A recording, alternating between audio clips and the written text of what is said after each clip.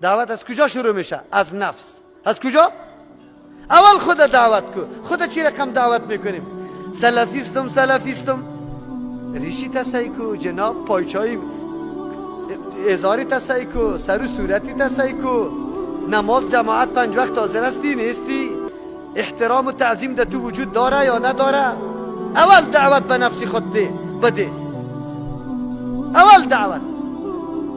ابراهیم علیه السلام اول دعوت به خود داده، بعد از او به پدرجان خود میده. پدرجانی که بتا را تراش کرده.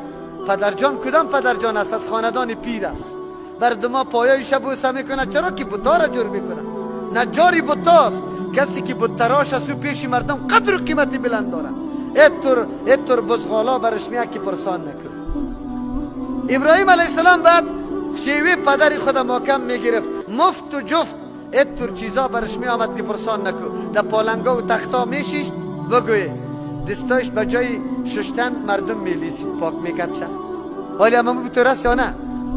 اگر در شستن هم برابر شوه این دستشویه یا عادی بعد دستای پیرسای به نشویه افتا و لگنگ نکلی را پیدا کو.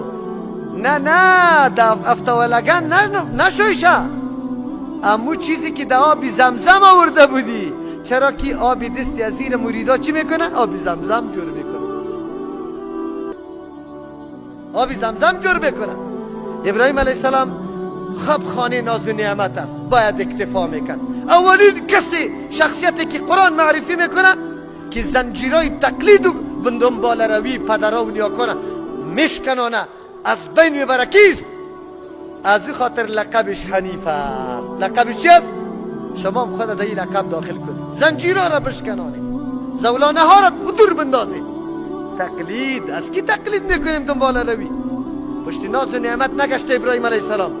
ابراهیم علیه السلام در دعوت خود میفهمه مقام و منزلت باقی نمیمانه. مردم در مقابل میخیزه، پاچا در مقابل میخیزه. خیست یعنی که مردم آرام بود. خیست. چقدر وقت برای سوختاندن ابراهیم علیه السلام ازم جمع شده، در داده شده. بعد از او مشترکان ابراهیم علیه السلام در آتش میپرته. خو ابراهیم علیه السلام ترس غیراست داره؟ قلبش پخته شده. ابراهیم علیه السلام ناز و نعمت دنیا را در نظر نمیگیره، حق در نظر میگیره.